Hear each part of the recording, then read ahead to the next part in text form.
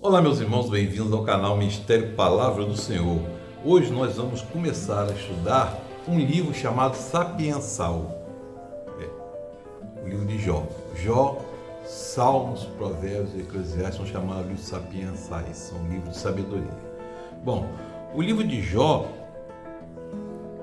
ele é um livro teologicamente para se pensar muito e difícil, né? Primeiro porque traz a questão da teodiceia. O que é?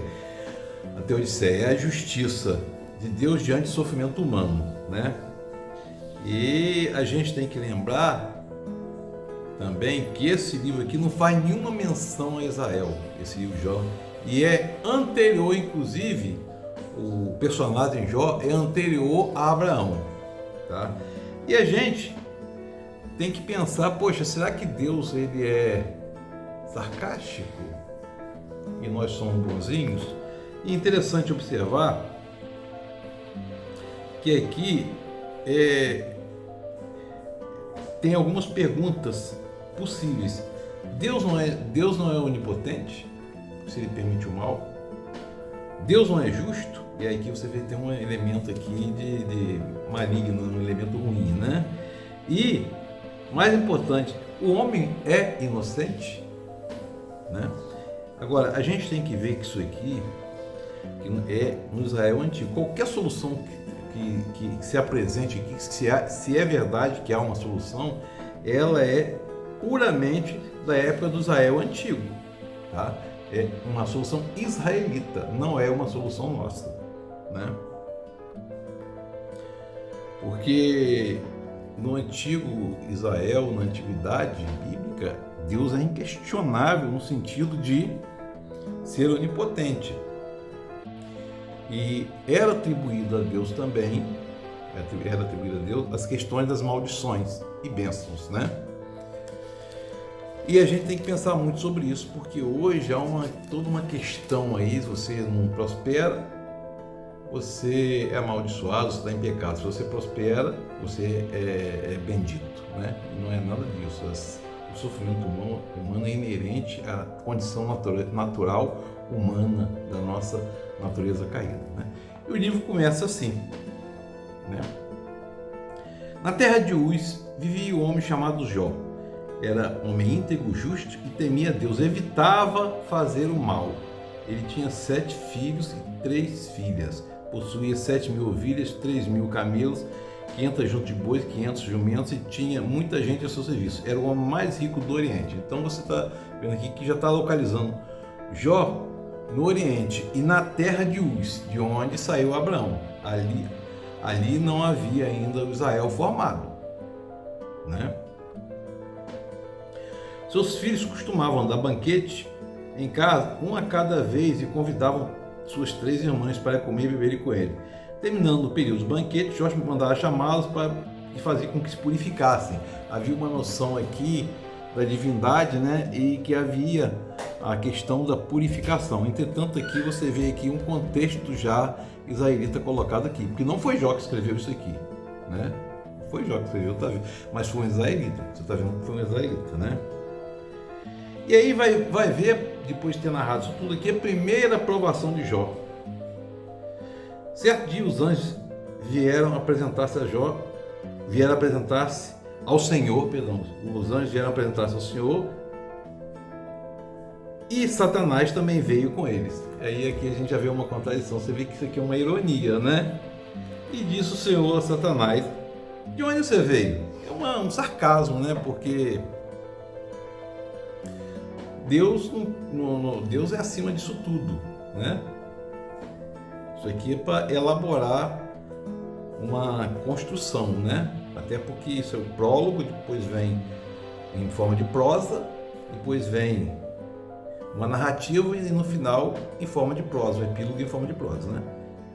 Disse o Senhor a Satanás: reparou em meu servo Jó, não há ninguém na terra como ele, irrepreensível, íntegro homem que teme a Deus e evita o mal. Deus ainda não havia se apresentado aqui à humanidade nessa questão aqui em Uz, né? Mas se tinha noção da divindade de Deus, né? Será que Jó não tem razões para temer a Deus? Respondeu Satanás, fazendo um papel de acusador, né? acaso não puseste uma cerca em volta dele, da família dele, tudo que possui? Tu mesmo tem abençoado tudo o que ele faz, de modo que seus rebanhos estão espalhados por toda a terra? Estende a tua mão e fere tudo que ele tem, com certeza amaldiçoará. E o Senhor disse a Satanás: pois bem, tudo que ele possui está nas suas mãos, mas não toque nele. Satanás saiu da presença do Senhor. E certo dia, quando os filhos de Jó estavam no banquete, comendo, bebendo, vinho em casa, um mensageiro veio e disse a Jó: os bois que estavam arando, pastando por perto, quando os sabeus atacaram. Os sabeus aqui é uma denominação para os árabes naquela época lá, né? Atacaram e levaram embora, mataram a espada os empregados. Eu fui o único que escapou. É o mensageiro que escapou. Depois, quando estava falando, chegou outro mensageiro, um fogo de Deus caiu do céu, queimou totalmente as ovelhas empregadas. Eu fui o único que escapou. Outra vez, outro mensageiro escapa. E aí, quando estava falando, chegou, vieram os caldeus em 3 bandos aqui, na terra dele mesmo. Em 3 bandos, atacaram os camelos e levaram embora. Mataram a espada dos empregados. Eu fui o único que escapou, o mensageiro. E quando estava falando, chegou outro mensageiro e disse: seus filhos estavam no banquete comendo, bebendo, quando de repente veio um vento muito forte, veio do deserto, atingiu os 4 cantos da casa, desabou e morreram. Eles morreram, eu fui o único que escapou para eles contar. Jó levantou, rasgou o manto, raspou a cabeça, raspou a cabeça e prostrou em terra em adoração e disse: saí nu do meu ventre e nu partirei. O Senhor o deu e o Senhor o levou. Louvado seja o nome do Senhor. A gente vê aqui Jó narrando aqui, falando da soberania do Senhor, da vontade, do controle dele na história, né? Mas mesmo assim Jó não pecou, não falou contra. E aí vem a segunda provação. No outro dia os anjos vieram apresentar-se ao Senhor e Satanás também veio com ele. Você vê que é uma narrativa aqui que a princípio pode parecer uma contradição, mas não é, é da própria narrativa. O Senhor perguntou: de onde você veio? Lógico que Deus sabia onde ele estava. Deus é onisciente, né? É um atributo comunicável, onipotente, onisciente, onipresente, né? E ele respondeu: perambular pela terra, ou seja, vagar pela terra, né? E andar por ela. Então disse o Senhor a Satanás: reparou meu céu, Jó, ainda não há ninguém como ele, irrepreensível, íntegro, homem que teme a Deus e evita o mal. Ele se mantém íntegro, apesar de você me haver instigado contra ele para arruiná-lo sem motivo. Você vê que há também aqui uma outra colocação. Deus não pode ser instigado, Deus não pode ser provocado a fazer coisas contra a vontade. E Deus não pode fazer o mal, porque ele é soberanamente bom. Não é, o termo não pode é por causa do nosso vernáculo mesmo, não há outra palavra que possa definir, né? E aí ele falou: pele por pele, respondeu Satanás, um homem dará tudo que tem por sua vida. Estende a mão, fere. E aí o Senhor vai e coloca Jó com feridas terríveis, purulentas, da sola dos pés ao alto da cabeça. Tanto que Jó apanhava caco de louça, se esfregava, raspava, sentado entre as cinzas. Então, mulher, você ainda mantém sua integridade, amaldiçoa Deus e morra. Ele respondeu: você fala como uma pessoa insensata. Aceitaremos o bem dado por Deus e não o mal? Aqui já coloca uma questão na Teodiceia, né? Deus pode dar o mal? Ou Deus dá uma prova para o livramento e para o ensinamento? Essa é uma questão, né? Eu tenho um conceito que tudo que se acontece nessa vida aqui, Jesus fala isso claramente, que no mundo tereis aflições, mas eu venci o mal, eu venci o mundo. Então, aqui a gente vai ter aflição.